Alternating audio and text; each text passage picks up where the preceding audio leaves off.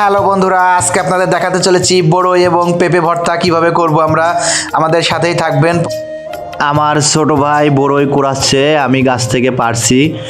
এইভাবে ছোটবেলায় অনেক বড়ই কুড়াইছি, ভিডিও করতে গিয়ে মনে পড়ে গেল। আপনারা কেউ যদি কুড়াই থাকেন এইভাবে অবশ্যই কমেন্টে জানাবেন। অনেকগুলা বড়ই নিয়ে আসছি, তবে বড়ইগুলো এখনো পাকিনি ঠিক রকম।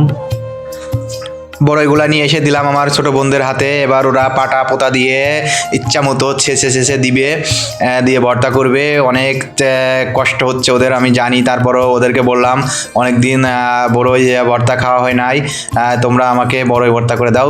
এরপরে ওদের কাছে দিলাম, ওরা অনেক কষ্ট করে পাটা নোড়া দিয়ে ছেঁচাছেঁচি করছে।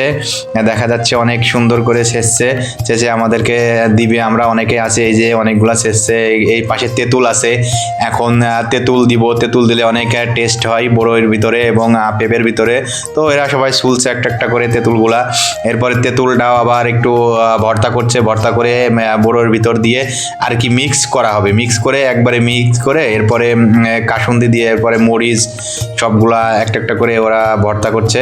এরপরে আছে ধনিয়ার পাতাটাও দিলে অনেক টেস্ট হয়। এরপর পেঁপেও মাখানো হবে একই সাথে, পেঁপে এবং বড়ই দুটো মিলে। পেঁপাগুলা সুন্দর করে কেটে কেটে নেওয়ার পরে আস্তে আস্তে করে কুচি কুচি করে কেটে মরিচ দিয়ে সব কিছু দিয়ে, এরপরে গোলমরিচও আছে একটা, অনেক টেস্ট, মরিচের রাজা যাকে বলা হয়। এরপরে কাসুন্দি দেওয়া হলো, কাসুন্দি দিলে অনেক টেস্ট হয় আর কি, টেস্ট ভালো লাগে খাইতে।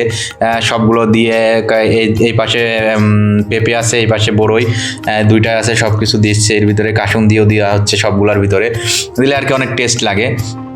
এরপরে মাখানো হচ্ছে, খুব করে মাখিয়ে দিচ্ছে। এরপরে আমরা সবাই মিলে খাবো আর কি। ওরা মাখাইতে আর কি ওর হাতে অনেক ঝাল লাগছে, কারণ প্রচুর পরিমাণে ঝাল হয়েছে, যার কারণে ওদের হাতে ঝালটা লাগছে। এইদিকে এই তো বড়ই ভর্তা সব কিছু ওকে, এখন খাওয়া হবে। প্রথমে বললাম তোমরা ছোট ভাই, তোমরা দুজন পারছো, তোমরা আগে খাও। আমাদের রাজভাই এখন ক্লান্ত হয়ে গেছে পেঁপে মাখানো আর বড়ই ছেঁচা খায়ে। বাড়ি ঝাল খাওয়ার প্রচুর ঝাল লেগে গেছে, মুখ চুখ ঠোঁট মোট সব লাল হয়ে গেছে। এখন সে বড়ই ছেঁচা তাও কন্টিনিউ করে যাচ্ছে। খাচ্ছি না কেন? মধু কা বাড়ি আছে? আমার তো কাল পাটাই নিয়ে নিয়েছি। মধু কা বাড়ি আছে? আমাকে দেখে অবশ্যই আপনারা বুঝতে পারছেন কি পরিমাণে ঝাল হয়েছে।